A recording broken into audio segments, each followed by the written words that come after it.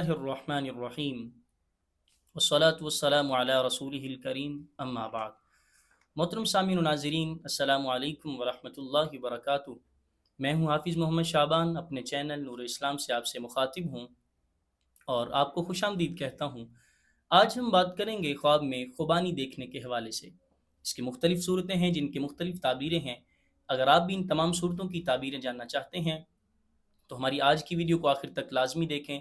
और अगर अभी तक आपने हमारे चैनल नूर इस्लाम पॉडकास्ट को सब्सक्राइब नहीं किया तो इसे सब्सक्राइब कर लें ताकि हमारी आने वाली हर नई वीडियो आप तक बआसानी पहुंच सके। आइए हम शुरू करते हैं आज के अपने मौजू यानी ख्वाब में खुबानी देखने के हवाले से। ख्वाब में खुबानी अपने वक्त और मौसम में देखना माल मिलने, खैर और फ़ायदा हासिल होने की अलामत है।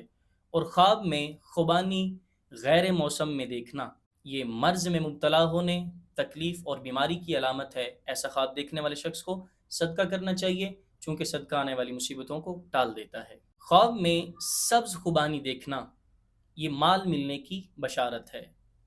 ख्वाब में खुबानी देखना या खाना गम, तकलीफ़ और बीमारी में मुब्तला होने लेकिन जल्द तकलीफ़ के दूर होने की अलामत है। ख्वाब में तुर्श, खट्टी और बद जायका खुबानी खाना गम और तकलीफ़ की अलामत है।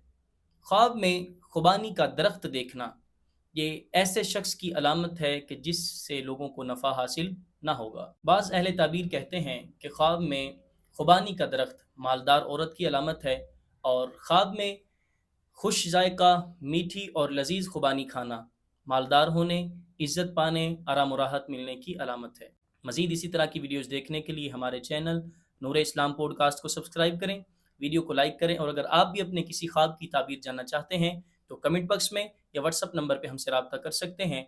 अल्लाह हम सब का हामी और नासिर हो।